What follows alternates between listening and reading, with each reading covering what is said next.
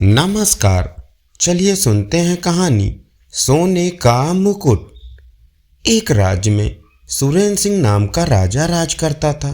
राजा बहुत ईमानदार था, लेकिन उसके मंत्री और उसके राज्य की प्रजा बहुत बेईमान थी। उसके राज्य में राजधर्म नहीं था।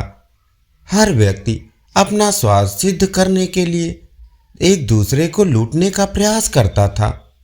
राजा को इन बातों का पता था, क्योंकि इसी भ्रष्टाचार के कारण उसका राजकोष खाली होता जा रहा था। राजा किसी पर विश्वास नहीं कर पा रहा था, क्योंकि सभी बेईमान थे। उसी राज्य में एक ब्राह्मण रहता था। वह दिन रात पूजा पाठ में लगा रहता था। वो ब्राह्मण बहुत ईमानदार था। इसी कारण राज्य के लोग उसे अपना दुश्मन मानते थे। ब्राह्मण मंदिर में पूजा करने आने वाले लोगों से ईमानदारी और सच्चाई पर चलने की बात करता था, जो लोगों को समझ नहीं आती थी। एक दिन राजा उसी मंदिर में भगवान के दर्शन करने आया। राजा ने भगवान की पूजा कर वहां 5 सोने के सिक्के चढ़ाए। पूजा समाप्त होने पर उस ब्राह्मण ने वही 5 सोने के सिक्के राजा को प्रसाद के रूप में वापस दे दिए। ये देखकर राजा को बहुत गुस्सा आया। उसने ब्राह्मण से पूछा, पंडित जी, आपने मेरे चढ़ाए हुए सिक्के ही मुझे वापस कर दिए, ऐसा क्यों किया? इसमें कोई खोट है क्या? ब्राह्मण बोला, महाराज क्षमा करें, इन सिक्कों में खोट है या नहीं ये तो सुनार ही बता सकता है, लेकिन मैंने ये सिक्के इसलिए वापस किए क्योंकि इस राज्य के अधिकतर लोग बेईमान हैं। जो लोग पूजा करने आते हैं, वे अगर भगवान के चरणों में पड़े चमकते सोने के सिक्के देखेंगे तो उनका मन पूजा पाठ में नहीं लगेगा। वे इन सिक्कों को चुरा कर ले जाएंगे, बाद में इनका उपयोग गलत कार्यों में करेंगे। राजा बोला, लेकिन आपने मुझे ये वापस क्यों दिए? ब्राह्मण बोला, राजन, ये सिक्के आपके राजकोष में रहेंगे तो किसी अच्छे कार्य में लगेंगे, क्योंकि मैं जानता हूँ आप बहुत ईमानदार हैं और आपका हर काम राज की भलाई के लिए ही होता है। राजा को ब्राह्मण की बात बहुत पसंद आई। राजा बोला, हे ब्राह्मण देवता, मैं चाहता हूँ आप मेरे महल में पधारें, मुझे आपसे कुछ जरूरी सलाह करनी है। ब्राह्मण बोला, ठीक है महाराज, मैं कल आपके सामने उपस्थित हो जाऊंगा। अगले दिन ब्राह्मण राजा से मिलने पहुंच जाता है। राजा बोलते हैं, आइए ब्राह्मण देवता, मैं आप ही का इंतजार कर रहा था। ब्राह्मण बोला, महाराज मेरे लिए क्या आज्ञा है? राजा बोले, मेरे मंत्रियों से लेकर प्रजा तक सब बेईमान है। मुझे अपने राज को बचाने के लिए क्या करना चाहिए पंडित जी? ब्राह्मण बोला, आपको उन्हें दंड देना चाहिए। तब राजा बोले, लेकिन कैसे? मुझे उनके बारे में कुछ भी पता नहीं लग पाता, लेकिन मेरा राजकोष खाली होता जा रहा है। तब ब्राह्मण बोला, महाराज, यदि एक व्यक्ति को दंड दिया जाए तो 100 सुधर जाएंगे। मैं आपको एक उपाय बताता हूँ। आपका जो मुकुट है ये सोने का है और इसमें कई हीरे भी जड़े हुए हैं। आप अपने मंत्री से कहिए कि आप एक नया सुंदर मुकुट बनवाना चाहते हैं, जिसमें इतने ही हीरे जड़े हों, लेकिन मुकुट शुद्ध सोने का होना चाहिए। राजा, लेकिन उससे क्या होगा? ब्राह्मण बोला, जब मुकुट बनकर आ जाए तब आप मुझे बुलवा लेना, बाकी आप मुझ पर छोड़ दीजिए। राजा तुरंत अपने मंत्री को बुलाकर मुकुट बनवाने के लिए कहता है। मंत्री तुरंत सोने के सबसे बड़े व्यापारी को बुलाता है और बोलता है, सुनो व्यापारी, महाराज के मुकुट के बराबर वजन का सोना तुम सुनार को पहुंचा दो। तुम्हें उसका पूरा मूल्य मिलेगा, लेकिन उसमें 10% तांबा मिला देना। उसमें से जो बचत हो उसका आधा मुझे चाहिए। उसके बाद मंत्री हीरे के व्यापारी को बुलाता है और कहता है, महाराज के मुकुट के लिए जो हीरे चाहिए उसमें से 2 हीरे कम कर देना, उनकी जगह कांच के टुकड़े लगा देना। 1 हीरे का दाम मुझे चाहिए। सोने का व्यापारी सोचता है, जब मिलावट ही करनी है तो 10% क्या 20 कर देता हूं, 5% मंत्री को भी तो देना है। वही 20% तांबा मिलाकर सोना सुनार को भिजवा देता है। इसी तरह हीरे का व्यापारी भी 2 की जगह 4 हीरे कम देकर कांच के भेज देता है। सुनार जब देखता है कि इसमें तांबा मिला है और 4 हीरे नकली हैं तो उसके मन में भी लालच आ जाता है। वो उसमें और मिलावट कर देता है और 2 हीरे और निकालकर नकली कांच के हीरे लगा देता है। उसके बाद वह उस सोने और हीरे को अपने कारीगर को बनाने के लिए देता है। कारीगर देखता है इसमें तो केवल 40% सोना है, बाकी तो तांबा है। वह उस सोने को अपने पास रख लेता है और सोने की जगह तांबे का मुकुट बनाकर उस पर सोने का पानी चढ़ा देता है। साथ ही सारे हीरे निकालकर कांच के नकली हीरे लगा देता है। तय समय पर महाराज के सामने मुकुट पहुंच जाता है। मुकुट बहुत सुंदर बना था। राजा बहुत खुश होता है। वह तुरंत ब्राह्मण को बुलवाता है। ब्राह्मण अपने साथ दूसरे राज का एक सुनार लेकर पहुंच जाता है। तब राजा बोला, पंडित जी मेरा मुकुट तैयार है, अब क्या करना है? ब्राह्मण बोला, राजा इस मुकुट बनाने की प्रक्रिया में जिसने भाग लिया है उन्हें बुलवाइए। राजा के आदेश पर सभी आ जाते हैं। उसके बाद ब्राह्मण अपने साथ लाए सुनार को मुकुट देता है। मुकुट को कसौटी पर परखने के बाद वो सुनार कहता है, महाराज ये तो पूरा मुकुट तांबे का है, इस पर सोने का पानी चढ़ा है और इस पर हीरे की जगह कांच के टुकड़े लगा दिए गए हैं। राजा को बहुत गुस्सा आता है। वे मंत्री से पूछते हैं, मंत्री सोने के व्यापारी का नाम लेता है। सोने का व्यापारी सुनार का और सुनार अपने कारीगर का नाम लेता है। राजा बोला, इस कारीगर को राज के बीच में फांसी पर लटका दिया जाए। कारीगर बोला, महाराज मुझे क्षमा कर दीजिए। राजा बोला, नहीं तुम बेईमान हो, तुम्हें फांसी ही देनी पड़ेगी। कारीगर बोला, ठीक है महाराज, लेकिन मुझे 40% फांसी दीजिए, क्योंकि मुझे सोना 40% मिला था। अगर मैं उससे मुकुट बनाता तो उसमें तांबा नजर आता।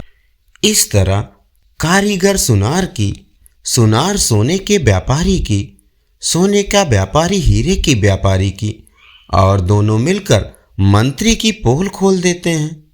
तब राजा बोला, इन सबको कल सुबह राज के बीच में फांसी दे दी जाए। अगले दिन पूरे राज्य में हड़कंप मच जाता है। बीच राज्य में राजा के सामने सभी को फांसी पर लटका दिया जाता है।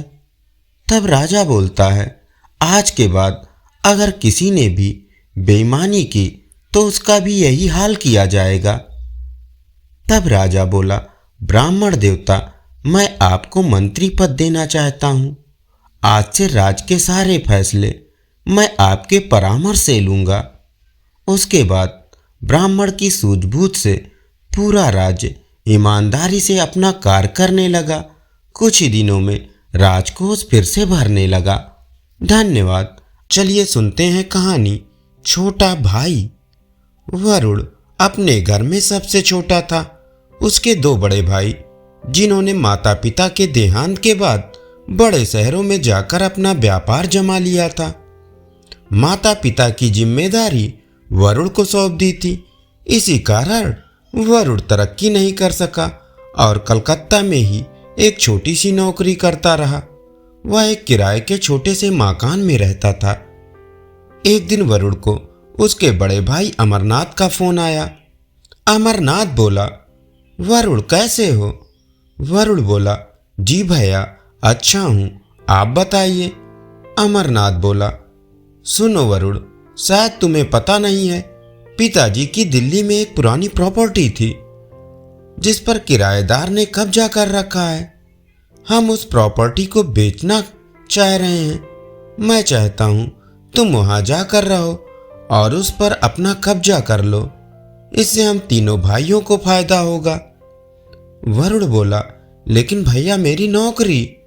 अमरनाथ बोला, अरे भाई, दिल्ली में तो तुम्हें इससे अच्छी नौकरी मिल जाएगी, जाओ वहां। वरुण अपने दोनों भाइयों अमरनाथ और श्याम का बहुत आदर करता था। वह उनके कहने पर अपनी पत्नी को लेकर दिल्ली पहुंच जाता है। वह किसी तरह लड़ झगड़ कर किराएदार को निकाल देता है और खुद रहने लगता है। कुछ ही दिनों में उसे एक नौकरी मिल जाती है। दिल्ली में कलकत्ता से अच्छी सैलरी थी और मकान का किराया भी नहीं देना पड़ता था।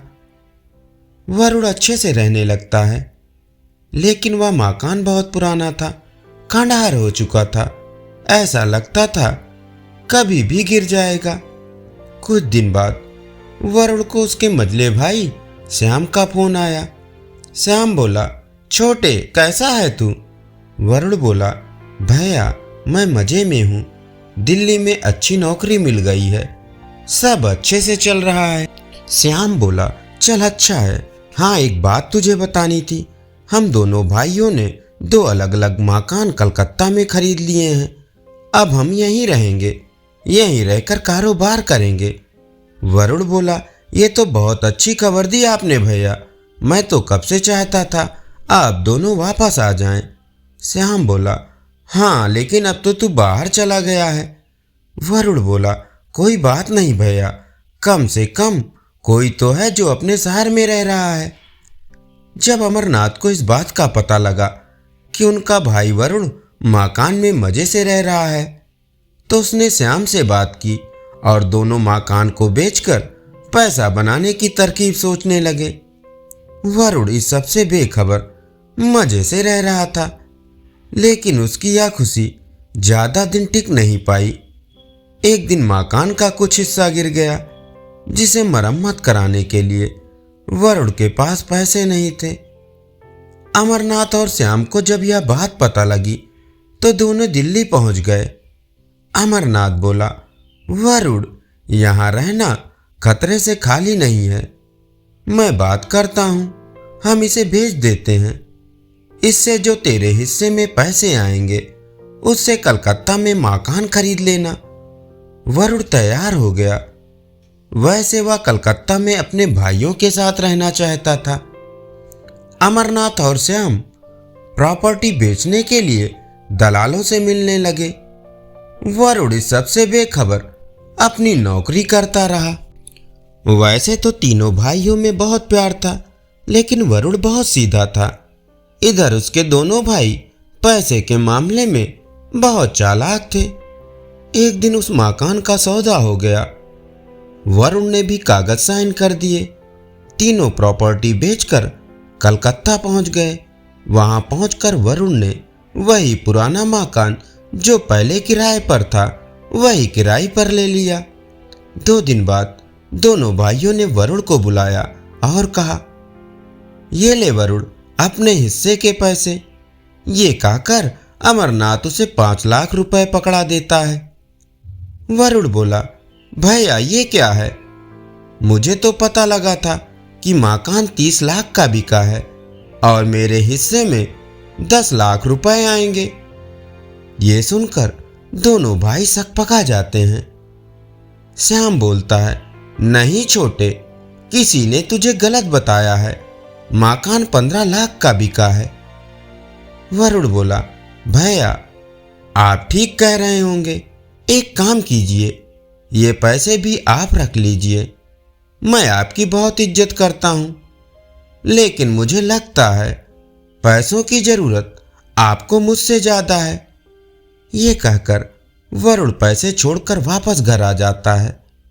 उसे विश्वास नहीं हो रहा था कि उसके दोनों भाई उसके साथ इतना बड़ा धोखा कर सकते हैं। इधर अमरनाथ की पत्नी जानकी जी वरुण के जाने के बाद दोनों को आड़े हाथों लिया। जानकी जी बोली, आप लोगों को शर्म आनी चाहिए। अगर उस समय सास ससुर की जिम्मेदारी वरुण ने ना उठाई होती तो आप ये लाखों रुपए कहाँ कमा पाते। वो भी अपने माता पिता को छोड़कर पैसा कमाने जा सकता था। आज आप उसका हिस्सा मार रहे हैं।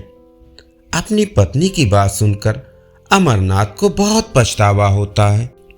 फिर जानकी जी बोली, वो बेचारा आप दोनों का इतना आदर करता है कि चुपचाप चला गया, और कोई भाई होता तो आपको कचहरी में घसीटता। श्याम बोला, भैया गलती तो हमसे हो गई। वो बेचारा किराए के मकान में रह रहा है और हमारे पास दो बड़े मकान हैं। 1 महीने तक वरुण से उनकी कोई बातचीत नहीं होती। एक दिन दोनों भाई अपनी पत्नियों के साथ वरुण के घर पहुंच जाते हैं। आज रविवार था, वरुण घर पर ही था। वरुण अपने दोनों भाइयों को देखकर बोला, अरे भैया भाभी आप आइए बैठिए, मैं अभी आपके लिए पानी लेकर आता हूँ। अमरनाथ बोला, बस वरुण हम बहुत शर्मिंदा हैं, तेरे साथ हमने बहुत गलत व्यवहार किया। वरुण बोला, भैया भूल जाइए, हम सब में प्यार बना रहे, बस मुझे कुछ और नहीं चाहिए। तब श्याम बोला, ये ले वरुण अपने मकान के कागज, हमने पूरे पैसे से तेरे लिए मकान खरीद लिया है। पूरे 30 लाख का मकान है। वरुण की आंखों से आंसू बह रहे थे। उसे देखकर अमरनाथ की आंखें भी नम हो गई। वे उसी दिन वरुण का सामान नए घर में पहुंचा आए और उसकी नौकरी छुड़वाकर उसे अपने व्यापार में शामिल कर लिया। धन्यवाद। चलिए सुनते हैं पंचतंत्र की कहानी, मक्का और चिड़िया। सोनी चिड़िया की शादी नट्टू कबूतर के साथ होती है। सोनी चिड़िया पहली बार अपने नए घर में आती है। तभी घर के गेट पर बबली चिड़िया रास्ता रोक लेती है और बोलती है, बिना नेक दिए अंदर कहाँ घुसी जा रही हो भाभी? पहले मेरा नेक दो फिर अंदर जाना। सोनी चिड़िया बोलती है, हाँ हाँ दीदी मुझे साफ पता है, लेकिन नेक तो तुम्हारे भैया देंगे। बबली चिड़िया बोली, भैया क्यों देंगे? तुम्हारे पीहर वालों ने जो कुछ दिया है उसी में से दो। सोनी बबली को नेक के रुपए दे देती है। फिर बबली बोलती है, ये तो बहुत कम है, पर चलो काम चला लेंगे। नट्टू कबूतर और सोनी चिड़िया घर के अंदर आ जाते हैं।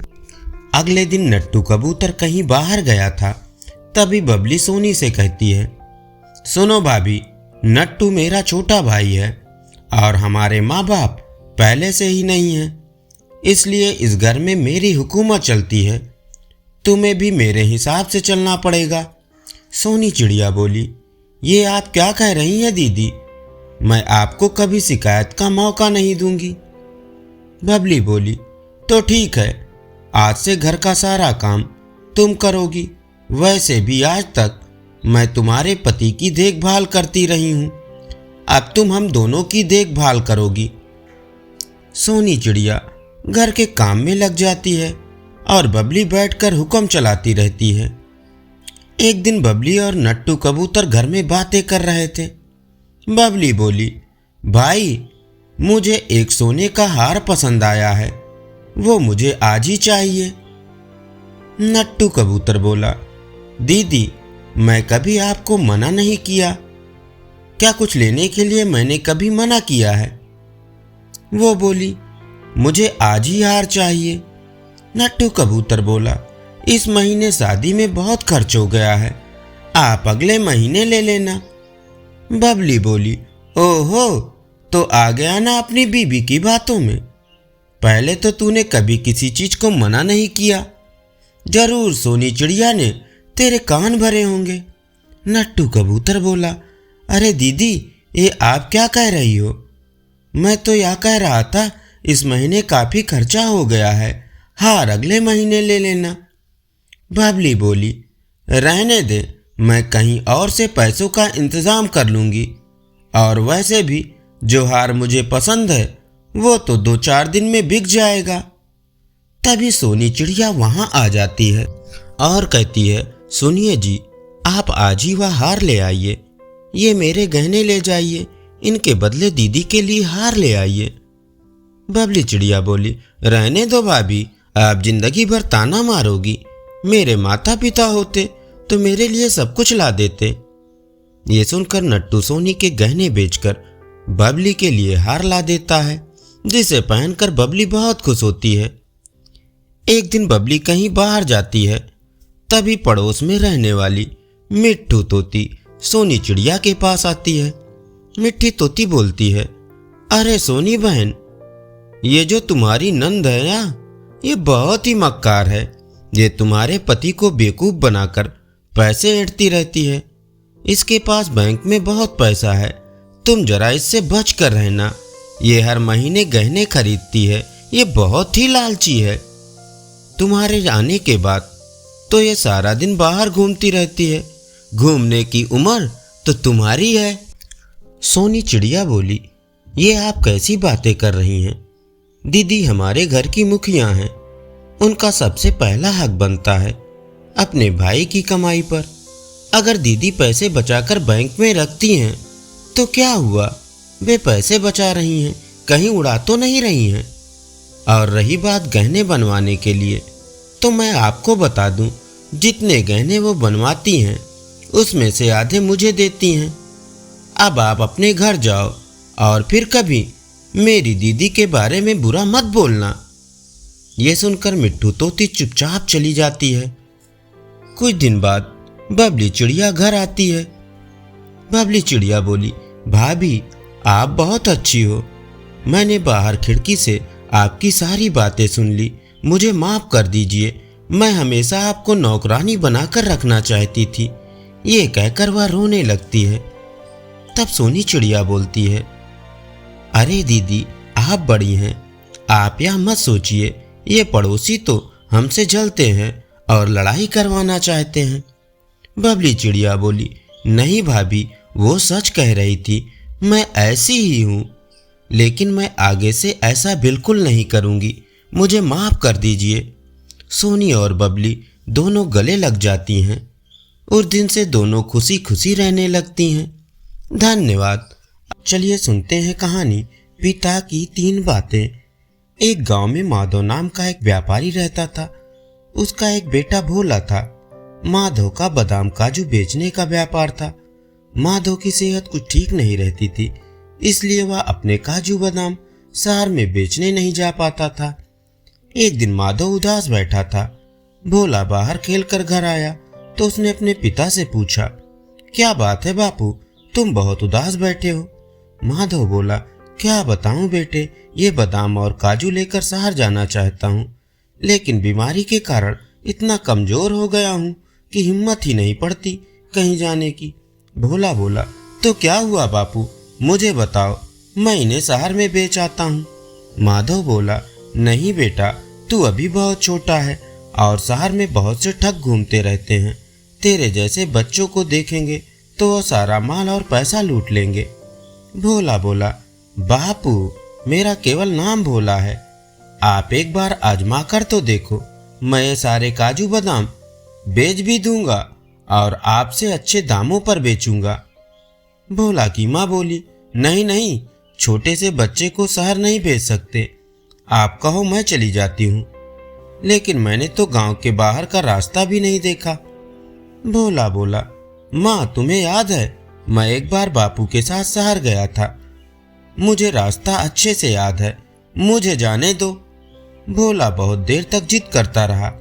आखिर माधव उसे शहर भेजने के लिए तैयार हो गया। माधव बोला, बेटा शहर तो जा रहा है, लेकिन मेरी 3 बातें याद रखना, तुझे कोई लूट नहीं सकेगा।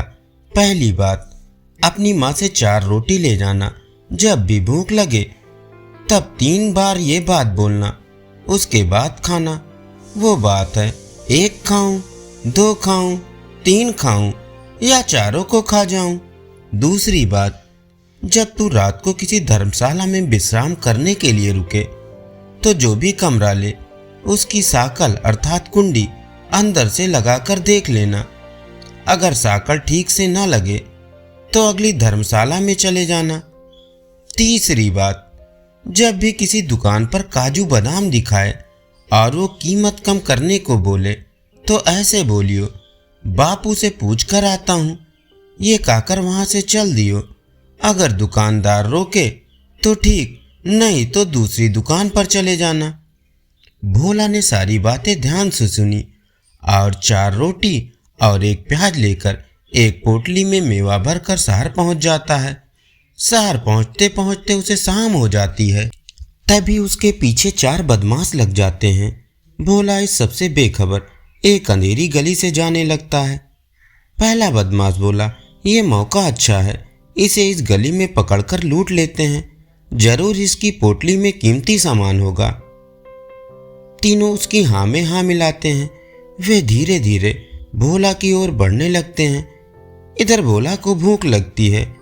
वो एक जगह बैठ जाता है और खाने की पोटली खोल लेता है और बोलता है, 1 खाऊं, 2 खाऊं, 3 खाऊं या चारों को खा जाऊं। भोला की पीठ के पीछे कुछ दूर खड़े चारों बदमाश यह बात सुन लेते हैं। भोला 3 बार तेज आवाज में यह बात बोलता है। ये सुनकर चारों वहां से भाग जाते हैं। भोला बेखबर अपना खाना खा रहा था। कुछ दूर जाकर दूसरा बदमाश बोलता है, अबे मरवा दिया था, वो लड़का नहीं, वो तो भूत था। हम चारों को खाने की बात कर रहा था, अच्छा हुआ हम भाग आए। खाना खाकर भोला एक धर्मशाला में पहुंचता है। धर्मशाला का मालिक सातिर चोर था। वह भोला को कमरा दिखाता है। भोला देखता है कमरे में साकल नहीं है, मतलब वह अंदर से बंद नहीं होगा। धर्मशाला का मालिक बोला, बच्चे ये कमरा सबसे अच्छा है और इससे भी अच्छी बात यह है कि ये मुफ्त है, इसका कोई किराया नहीं है। भोला बोला, मुझे ऐसा कमरा चाहिए जिसमें साकल हो। धर्मशाला का मालिक समझ जाता है कि यह बच्चा समझ गया कि रात को सोने के बाद कोई भी इसका माल चुरा लेगा। वो कहता है, आगे बहुत सी धर्मशाला हैं, बहुत महंगी है, यहाँ मुफ्त में मिल रही है तो नखरे कर रहा है, चल भाग यहाँ से। भोला आगे एक धर्मशाला में कमरे की साकल बंद करके देख लेता है और कमरा लेकर चैन से सो जाता है। अगले दिन वह अपनी पोटली लेकर एक दुकान पर जाता है। वो दुकान पर अपने काजू बादाम दिखाता है। तब दुकानदार बोला, तुम्हारे काजू बादाम अच्छे नहीं हैं, जितने पैसे तुम मांग रहे हो मैं तो उसके आधे दूंगा। भोला बोला, रुको पिताजी से पूछ कर आता हूँ। वह उठकर चल देता है। तब दुकानदार सोचता है, अरे मैं तो समझ रहा था ये तो अकेला है, इसके साथ इसका बाप भी है, सही दाम दे रहा है, खरीद लेता हूँ, कहीं किसी और दुकानदार को माल ना दे दे। सुनो लड़के, सारे काजू बादाम तौल दो और पैसे ले लो। भोला सारा माल बेचकर पैसे लेकर अपने घर आ जाता है। उसे देखकर उसके माता पिता बहुत खुश होते हैं। धन्यवाद। चलिए सुनते हैं पंचतंत्र की कहानी लालची बनिया। एक गांव में एक दुकान थी। गांव में एक ही दुकान होने से उसका मालिक रतिराम पूरे गांव वालों को लूटता रहता था।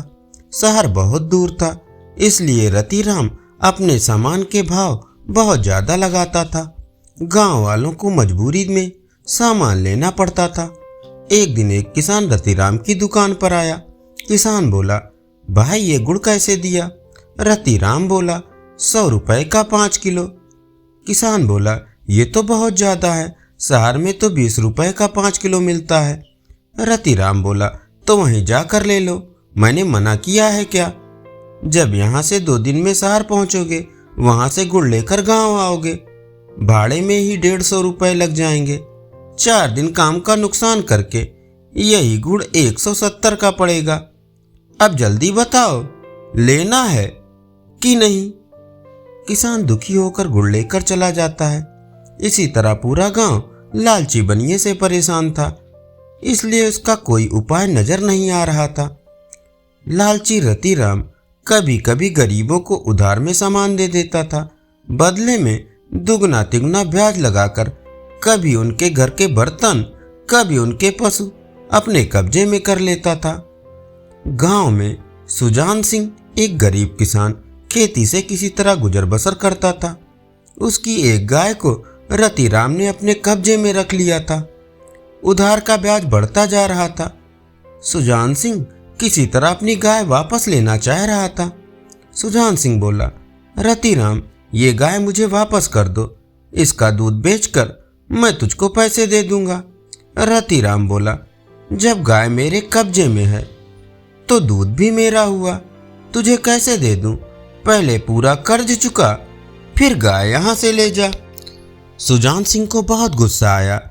एक दिन अपने घर वालों को समझा बुझाकर सुजान सिंह शहर चला गया। वहाँ उसने देखा कि सामान बहुत सस्ता है। वह लाला से तो परेशान था ही। वो एक सेठ की दुकान पर नौकरी करने लगा। परचून की दुकान पर नौकरी करते करते उसे 1 साल हो गया। वह पैसे घर भेजता रहा। इसी बीच उसे दुकान के पूरे सामान की जानकारी हो गई कि कितने का माल आता है और कितने में बिकता है। एक दिन उसने अपने सेठ जी को अपने गांव का हाल बताया। ये सुनकर सेठ जी ने कहा, तू एक काम कर सुजान सिंह, गांव में मेरे नाम से एक दुकान खोल ले। जो भी प्रॉफिट होगा आधा आधा बांट लिया जाएगा। माल मैं भेज दूंगा, लेकिन कभी बेईमानी मत करना। सुजान सिंह बोला, मालिक, इसी बेईमानी ने तो मुझे शहर में लाकर पटका है। मैं तो बस उस लाला को सबक सिखाना चाहता हूँ। हमेशा आपकी गुलामी करता रहूंगा। सेठ जी बहुत खुश हुए। उन्होंने सारा इंतजाम कर दिया। सुजान सिंह को गांव भेज दिया। सुजान सिंह ने ठीक लाला के सामने एक दुकान किराए पर ले ली। उसके 1 सप्ताह बाद ट्रक भरकर सामान आ गया। पूरी दुकान सेठ जी के नौकर आकर सजा गए। ये देखकर रतिराम को बहुत सदमा लगा। वह फटाफट सुजान सिंह के पास पहुंच जाता है और रतिराम से कहता है, क्यों बे, ये दुकान खोलने के पैसे कहाँ से आए? मेरा कर्ज कब चुकाएगा? देख, नहीं तो ब्याज बढ़ते बढ़ते इतना हो जाए कि ये दुकान भी मेरी हो जाए।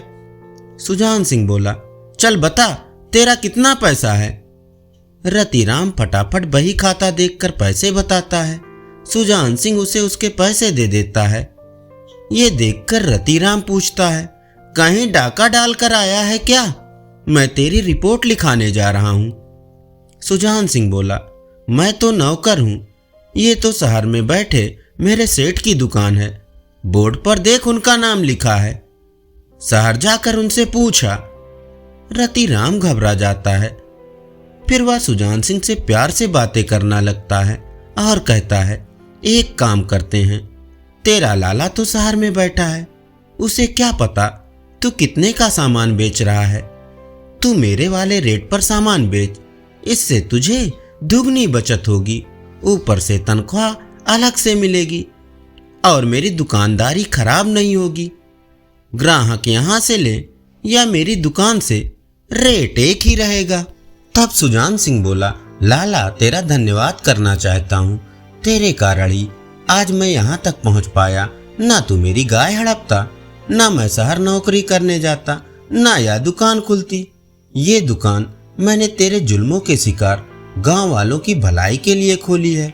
यहाँ तो शहर से भी सस्ता माल बिकेगा, चल भाग यहाँ से। धीरे धीरे सुजान सिंह की दुकान चलने लगती है। रतिराम की दुकान पर एक भी ग्राहक नहीं होता। धीरे धीरे सुजान सिंह गांव वालों को उधार भी देने लगा, वो भी बिना ब्याज के। इससे गांव वाले बहुत खुश हुए। महीने में एक दिन सुजान सिंह शहर जाकर पूरा हिसाब सेठ जी को दे आता और सेठ जी से अपने हिस्से के पैसे ले आता। धीरे धीरे सुजान सिंह ने 2 नौकर भी रख लिए। अब उसने दूसरे गांव में भी अपनी दुकान खोल लिया था। इधर लाला की दुकान का सारा सामान सड़ने लगा था, उसके आटे में कीड़े लग गए थे। लाला बहुत सस्ता सामान बेचने लगा, लेकिन सुजान सिंह के व्यवहार के कारण लाला से कोई कम पैसे में भी सामान नहीं लेता था। धन्यवाद। अभी आप सुन रहे थे पंचतंत्र की कहानी लालची बनिया।